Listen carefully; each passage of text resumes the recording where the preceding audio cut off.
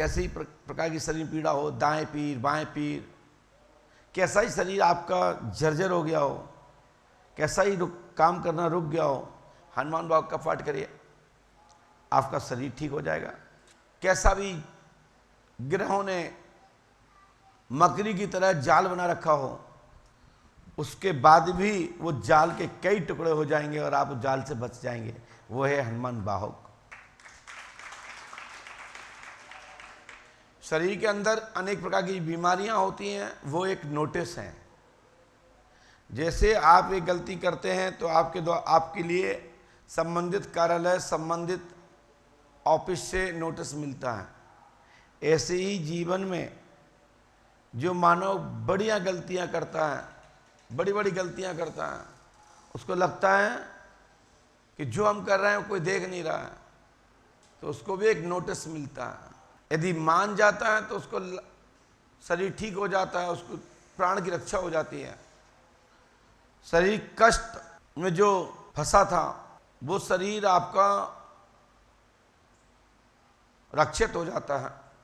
गरुड़ पुराण के हवाले से मैं ये बात बोल रहा हूं।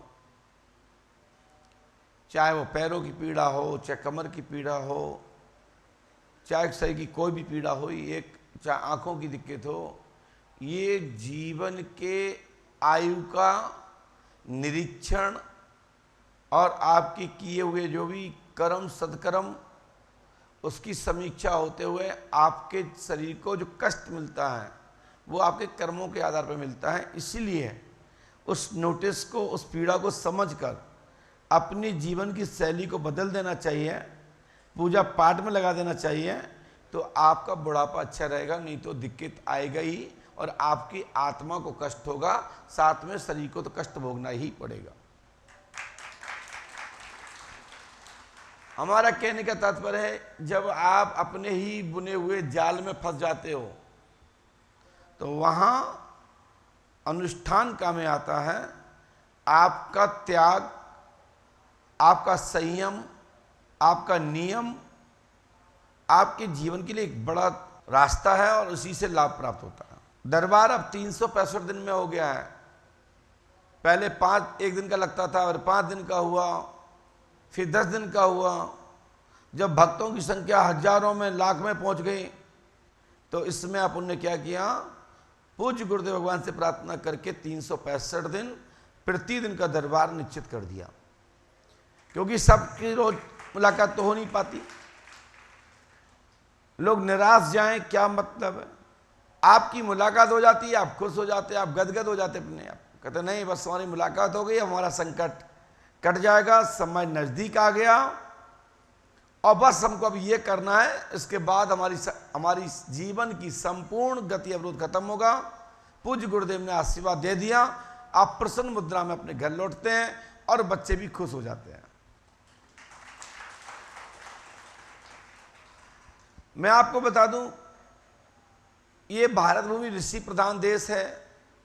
यहां आज से नहीं, हम और आप तो अभी के एक तुच्छ प्राणी हैं। उस काल से और आज तक संतों की दुहाई दी जाती है, ऋषि परंपरा की दुहाई दी जाती है, वैदिक पौराणिक परंपरा की दुहाई दी जाती है। ये दरबार आज लग रहा है, ये दरबार तो अनादि है, प्रारंभ से दरबार चला रहा है। ये दरबार त्रेता में सिद्ध और प्रसिद्ध हुआ। दुनिया में कोई पहला दरबार था, वो था राघवेंद्र सरकार का दरबार। आज भी जहां हमारे राम जी सरकार और लखन लाल जी, माँ जानकी और हनुमंत लाल जी वहां जब खड़े होते हैं, बैठे होते हैं, सेवा में हनुमान जी होते हैं, तो बोलते हैं किस कहाँ हो, बोले राम दरबार में बैठे हुए हैं। दुनिया में दूसरा कोई दरबार नहीं था, एक दरबार। और उस दरबार के बाद कोई दरबार कभी सुना गया लौकिक चर्चा में, तो पंडोकर सरकार दिव्य दरबार।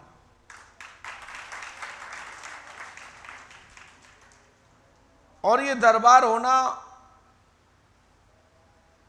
या इस प्रकार की विदा होना ये भारत भूमि में कोई नई बात नहीं है। बहुत लंबे समय से ये त्रिकाल दर्शिता का, त्रिनेत्र, थर्ड आंख के विषय में लंबे समय से योगी लोग, साधकगण अर्जित करने के लिए परेशान हैं। लंबी होड़ बनी हुई है। जिससे पूछो क्या करना चाहते, बोले तीसरी आंख प्राप्त करना चाहते।